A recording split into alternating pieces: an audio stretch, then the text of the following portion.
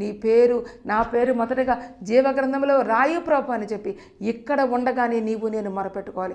ఇక్కడ ఉండగానే ఆ లిస్టులో మన పేరు ఉండేలాగా మనం మన ప్రవర్తన, మన ప్రార్థన, మన పరిస్థితి అంతా కూడా మనం అనుకూలంగా మార్చుకోవాలి.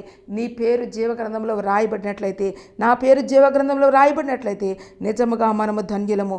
దేవునికి మహిమ కలుగును కాక. మనలో ఏముండకూడదండి? నిషిద్ధమైనదైనను అసహ్యమైన దానిని, అబద్ధమైన దానిని నీవు నేను జరిగించకూడదు.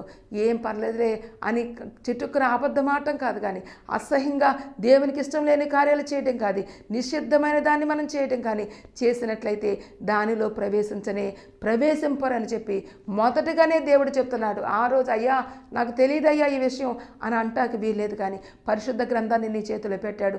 నా ప్రియ జనాంగమా, దేవుని యొక్క ధర్మశాస్త్రం యుద్ధం ఉంది. ఇదిగో ఈ కృపాకాలంలో దేవుడు నీ కొరకు కార్చిన, నా కొరకు కార్చిన రక్తంలో మనము శుద్ధి చేయబడాలి, మనం కడగబడాలి.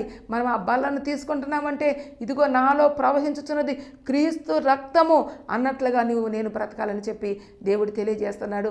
అటువంటి స్థితిలోకి మనము బ్రతుకుచు మనం ఆ యొక్క నూతన యెరూషలేములోనికి ఎదురు చూసే అనుభవంలోకి రావాలని చెప్పి దేవదేవుడు చెప్తున్న మాట, ప్రతిదీ కూడా నూతనపరచబడాలి.